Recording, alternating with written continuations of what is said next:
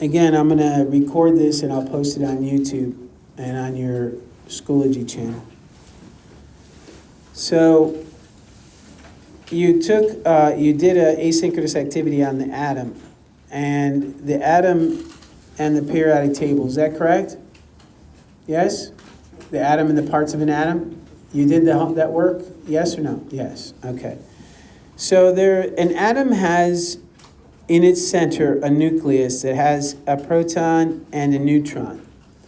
The simplest atom has just a simple proton in it. It's called hydrogen. It's also one of the most important atoms in our world, in our universe, as far as we know. Hydrogen is the building block of a lot of other atoms. The periodic table has a number of elements that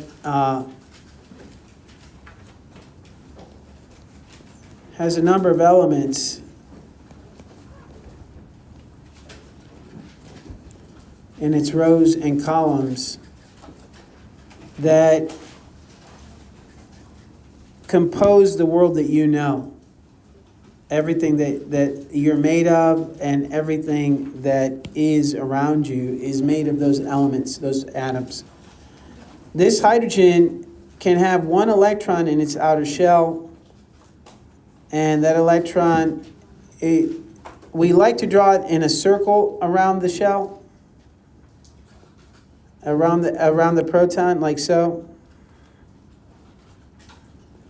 But to be fair, it really should be drawn as more of a cloud, because the electron can be found anywhere, in any of these positions.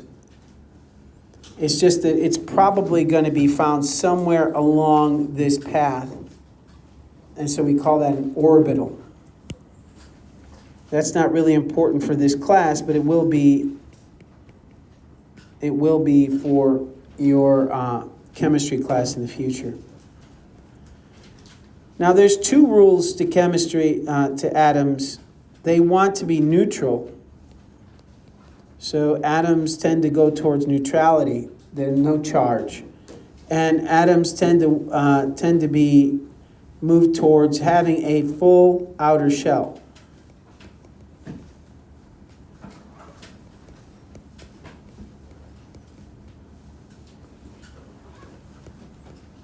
Now, it turns out that different atoms have various shells, and there's all kinds of rules to this. Again, we're not going to go over those rules, but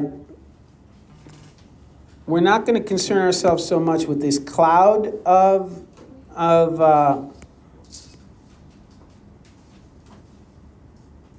this cloud model. We're going to concern ourselves more with this orbital model. So we're not, even though the atom is really more like a cloud, more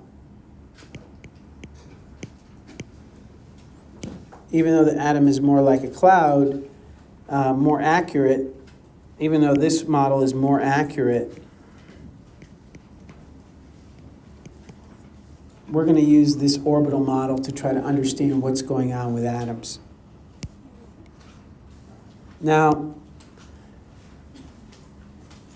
when we look at an atom like carbon, for instance, who can look up the atom carbon and tell me how many protons it has?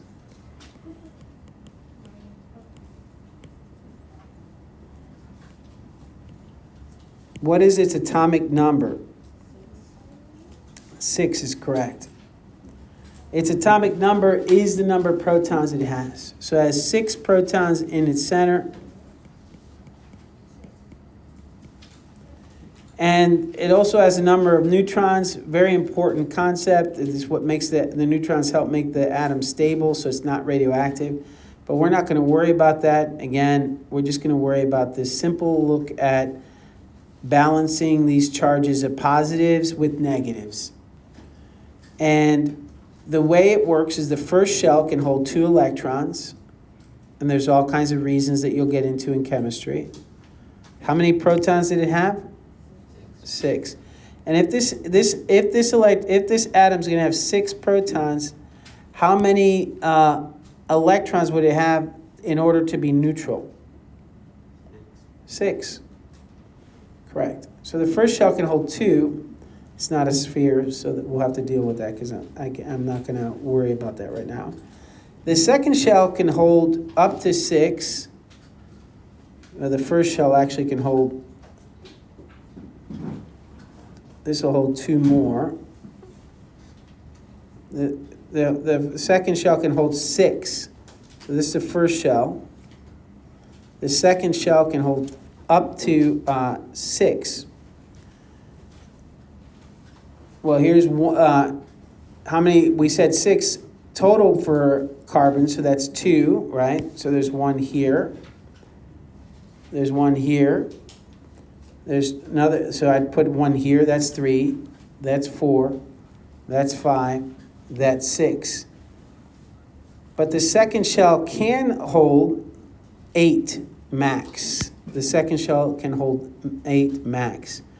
So the outer shell, in this case, can hold 8. In fact, we call it an octet. This is called the octet rule, because usually the outer shell can hold 8. So this particular atom, carbon, has 4 electrons, not 8. This hydrogen atom has 1 electron because it has 1 proton. But its outer shell, being the first shell, can hold how many electrons?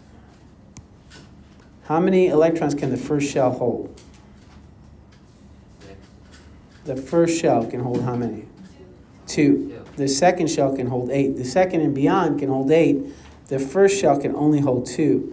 So but it only has 1. So both of these atoms are neutral. They have 6 protons and 6 electrons. They have 1 proton and 1 electron, but neither one of them has a second rule complete. How do you complete that rule? How do you make it so that you get a full octet and a neutral species and a neutral structure? Can anybody guess? Has anybody ever heard of what happens? You probably have heard of it.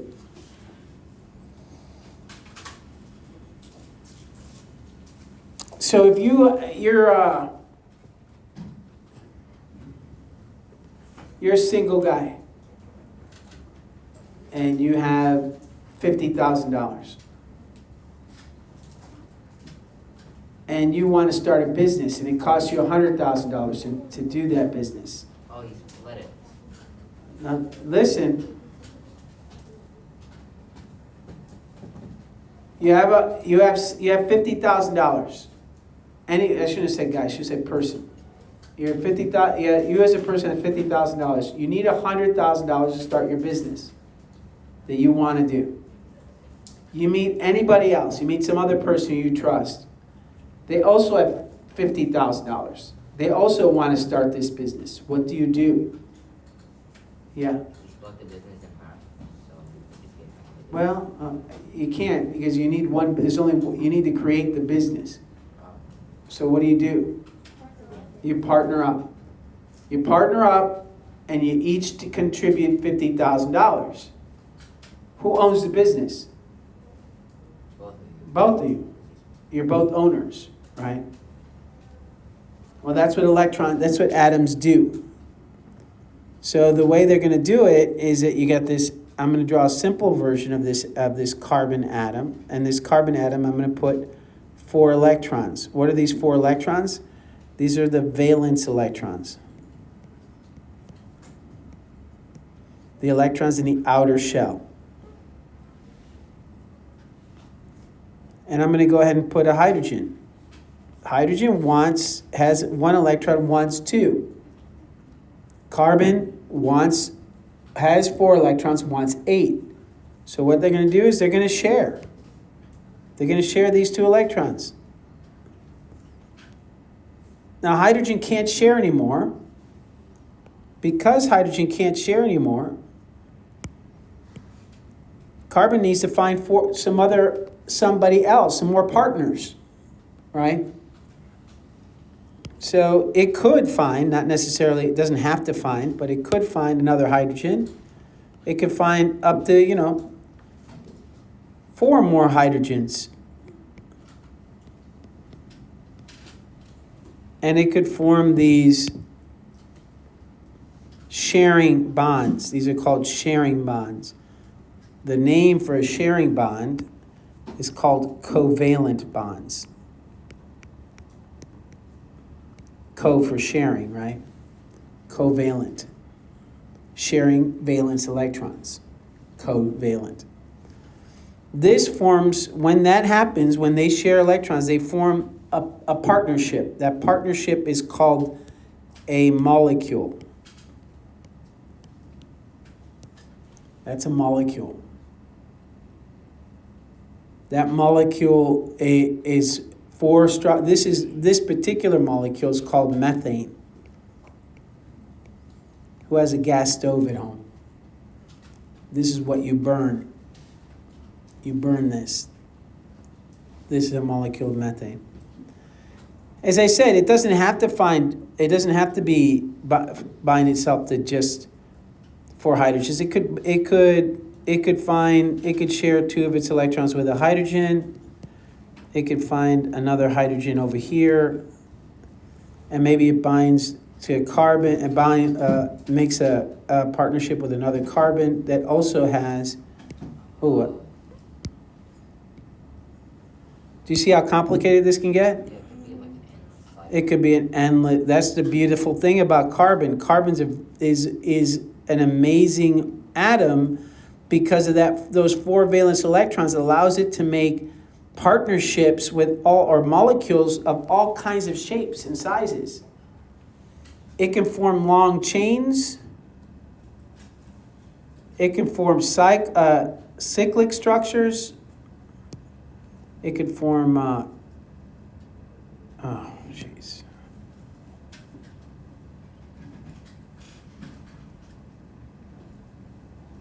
That's a diamond, man. That's not a...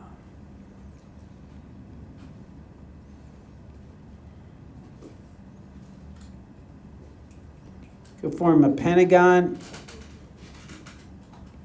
It could form, and there could be an oxygen in there. You can bind it to oxygen. You can bind it. It can make partnerships with all kinds of elements. So that's the essence of chemical reactions. Now, that's when they share. I need to mention, just because we're going to see it, these other kinds of chemical reactions called ionic reactions. Ionic reactions are reactions where something like oxygen, how many protons does oxygen have? What's the atomic number for oxygen?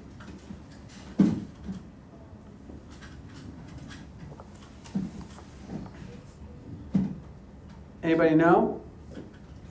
The atomic number for there shouldn't be any talking other than what's on the board. I'm going to have to split some groups up because this is not the first day. I've noticed a little bit of distraction both in the morning class and this class. So I just don't want you to get upset. We're going to have permanent seats. When you're not focused, it just lets me know that you can't be seated where you're seated. That just sounded wrong. Seated where you're sitting. Thank you.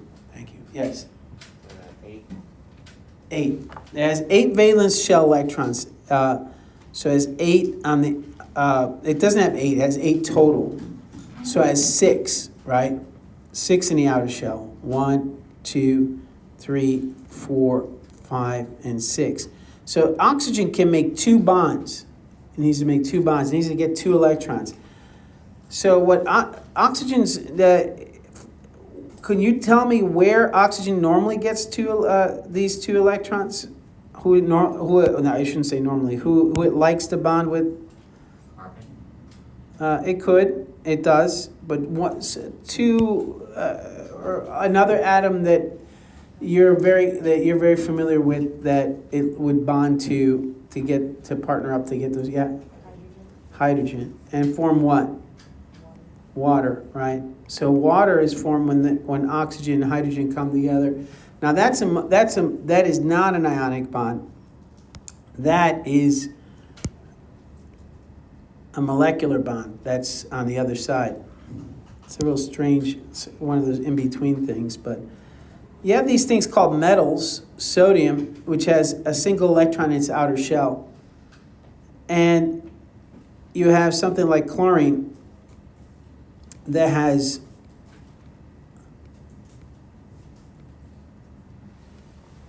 seven electrons in its outer shell. This is so close. Let me ask you something, back to that partnership concept, just to give you an idea. If you found a partner, you need $100,000, and you have $989,000, and you have $990,000, $999,000. That's what you have. You need $1,000, and here's this person with $1,000. You need that $1,000. Do you tell that person, hey, you and I, why don't we become partners and share this company if you give me $1,000? Would you do that? No, you didn't give them a share of the company. Well, that's how you would do it in the real world. But these are atoms, right? So what they're going to do is they're going to snatch it. They're going to take it. They're not going to share because they don't have to. They're going to take it. So this chlorine, instead of sharing, takes this electron away from sodium. Sodium doesn't really mind very much because it turns out sodium has an inner shell of 2 electrons that makes it a full octet. So it does have a full octet when that electron's taken. But what neither one of them like is that they're positively charged. The sodium is positively charged. The chlorine now is negatively charged. I'm not drawing the electrons for a reason. So now they're positive and negative charges. They don't like that. So what they do is they stick near each other. If they stick near each other, they can cancel out that charge. They stick towards each other. They tend to be by each other. But they're not sharing, they're not bonded, they don't form a partnership. This is a true partnership. This is kind of a sticking to each other. So if we take a look at what happens when you put salt in water, here's water. And water has a lot of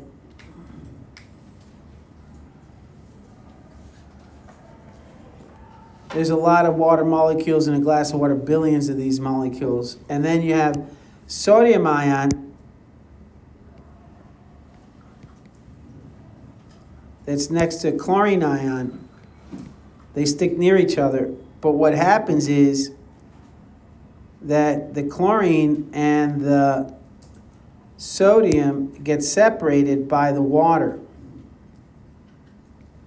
And I'll have to explain to you why water can do this. Water can do this very easily. Not all molecules can separate chlorine and sodium, but they can get separated because they're like 2 magnets being held together, while water is like, unfortunately, this just made one giant picture instead of, oh no, okay, good. So it turns out that even though they're sharing, this is kind of an uneven shared partnership here. Hydrogen has kind of like Delphicard just said, has some shares in the company, but it's not a full partnership. And because it's not a full partnership, it turns out that oxygen is partially negative. So we get that little delta sign. And hydrogen is partially positive. So this is partially negative, and this is partially positive. And so what happens is that when water, and this is going to become very important later when we discuss the properties of water, oxygen being partially negative and hydrogen being partially positive allows it not just to line up, but also allows it to take something like sodium and it hydrates it. So sodium is partially positive charge and chlorine's full negative charge, sodium's positive charge and chlorine's negative charge, what happens is these water molecules surround these. So then the negative ends point towards the positive ends, and then the positive ends of the water surround the negative ends. So now you see that what happens is that the chlorine that used to be a salt, like in your salt shaker, NaCl, used to be one thing, looks like one thing, but it's just stuck together like magnets. The water can separate them into solution. It dissolve. That's what dissolving means. They don't actually form partnerships. The water surrounds the sodium and the chloride, separating them. I'm pointing on the screen. If you're looking out the window or out the door, I don't know how you can see what I'm talking about. So sodium and chloride are what we call dissolved. This is what dissolved means. When you hear something's dissolved, this is what it means. It's not chemically changed. This is a physical change.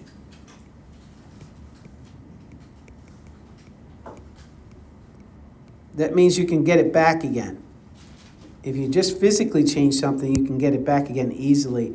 If you chemically change something, it's hard to get back again.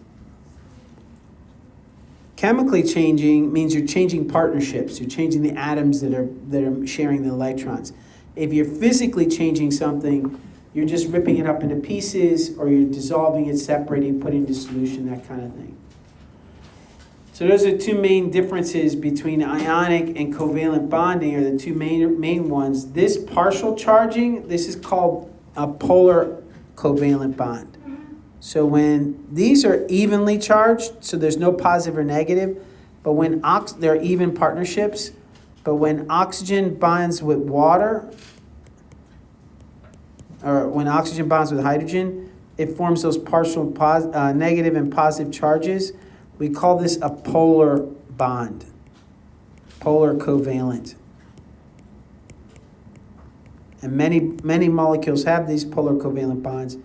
These polar covalent molecules can bond to themselves, and what they can form is a bond, an attraction. It's a weak attraction, but still important attraction between the hydrogen and the oxygen, the negative and the slightly negative and the slightly positive can form an attraction. That is called, this is one of the most important types of interactions in living systems. This is called hydrogen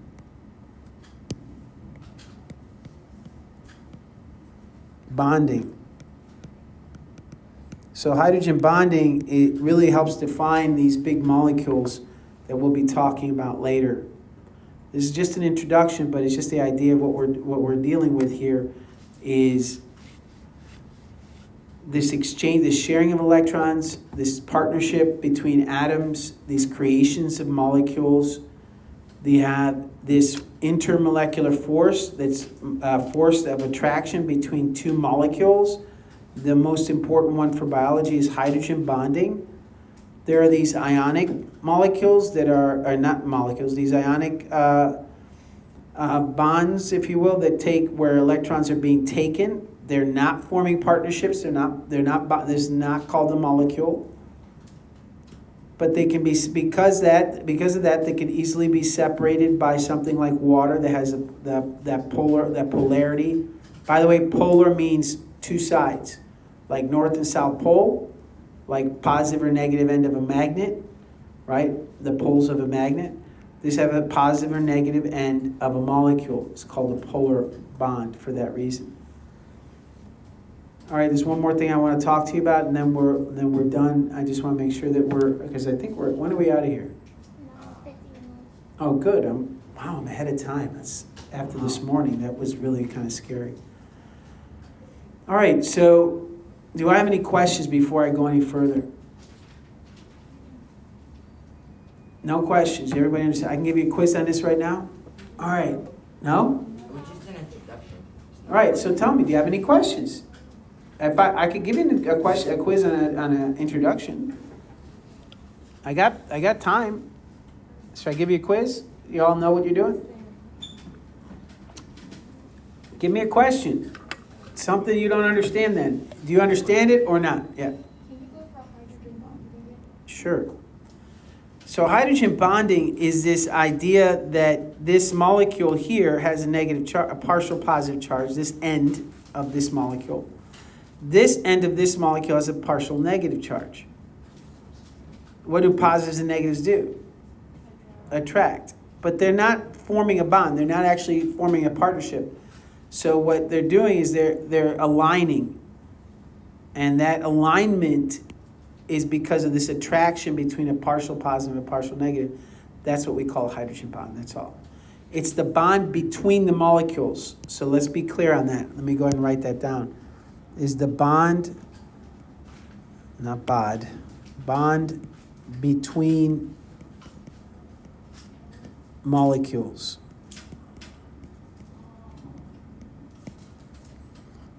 I won't, again, that was a really great question. I'm glad you asked that, because that is one of the most important kinds of intermolecular forces that we have to deal with in biology. Anything else? Yeah. Yeah. Up here? All the way up here? So on this periodic table, there's the first 4 rows. Now, obviously, I hope it's obvious to you that the reason that the elements that make up our world are important is because we're made of things from our world. Does that make sense? I hope you understand that.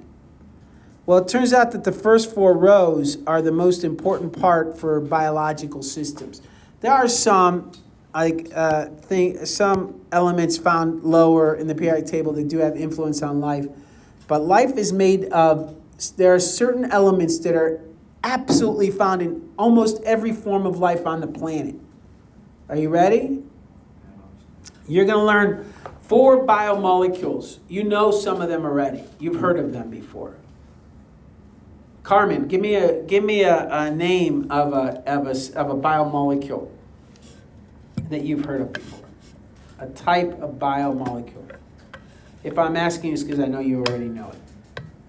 If I say it and you know it, can I take points away from you? No? All right.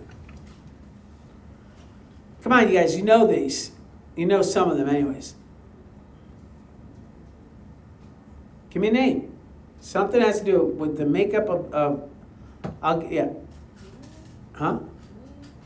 Helium is an atom. It's an element. It's good. It's a good guess. It's an element. It's not a molecule.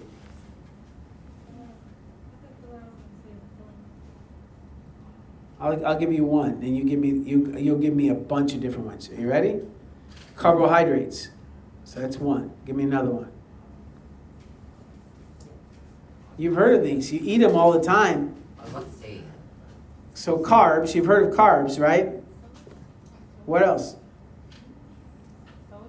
Sodium's a salt. That's one of those ionic atoms. So it's this is a guess time. It's all right.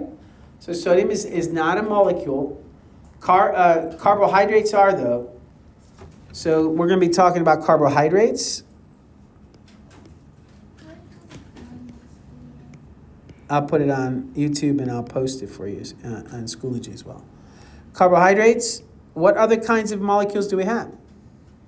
You know them. One's carbs. What's the other ones? Come on, guys. You know this. Nucleic acids.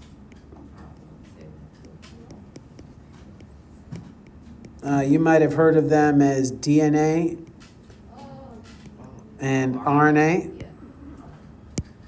Right? Nucleic acids are DNA and RNA are examples of nucleic acids. What other kind of biomolecules have you heard of? If I tell you you've heard of them, it's because you've heard of them. You're going to kick yourself if I give you the answer. Don't blame me. Carbohydrates, nucleic acids, what else?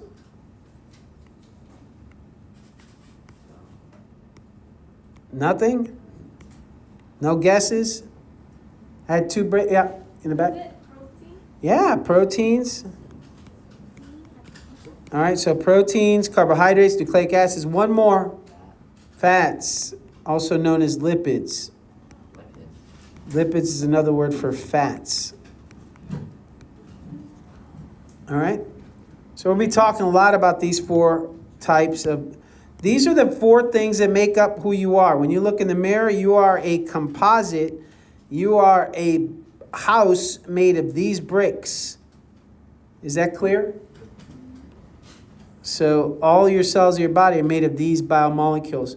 It turns out these biomolecules are made of a group of elements that we call schnapps.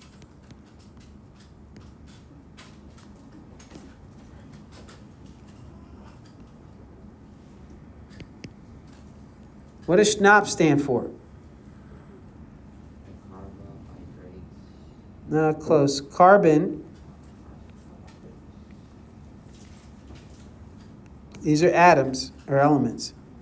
Where carbon's probably the most important. We call life on Earth carbon-based life forms. Carbon, what's the H? Hydrogen. Hydrogen. What do you think the N is? Nitrogen, correct? That's right. Nice. Oxygen. And what about P? Protein. Close. Phosphorus. It's not close at all, but it was a good guess.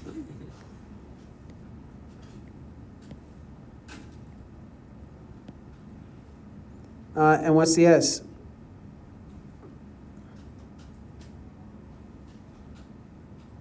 You know this. Sulfur. So those are the elements that make up these biomolecules. There are others. So yeah. Say that again. There are others for sure, but these are the main ones that make up the elements. We call these the elements of life, right? And you're going to have to know not just where they are, which one they are, but also where are they found in which molecule.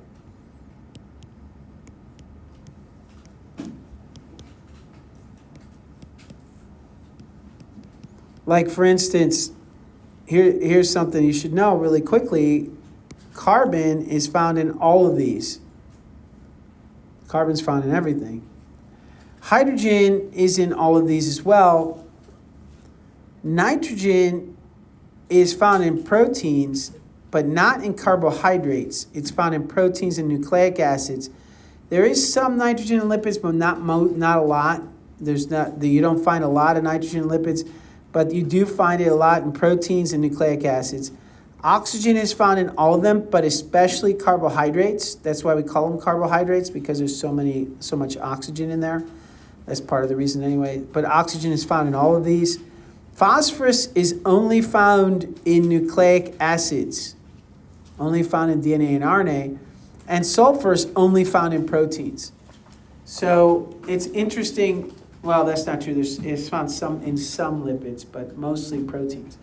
So what you find is that these elements end up helping define where knowing where these elements are in which biomolecule will help you identify which biomolecule you're looking at on a test. If I see a test where I see sulfur in it, I'm already thinking it's some kind of protein. I know it's not DNA or RNA.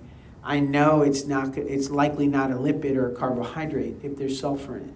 If I see phosphorus, I know I'm looking at DNA or RNA, because there's sometimes some lipids, right? So there's these lipids called phospholipids that have phosphorus in them, but I know that proteins don't have phosphorus, and I know that carbohydrates don't have phosphorus. So knowing where these elements are and which of these is going to be very key for you to feel comfortable with this material. So we're going to go over this week some of this stuff. Tomorrow we'll go over the chemical reaction that we'll be looking at on Thursday during your lab. I'd like to take attendance before you leave. Can we get the lights on? And I think that's it.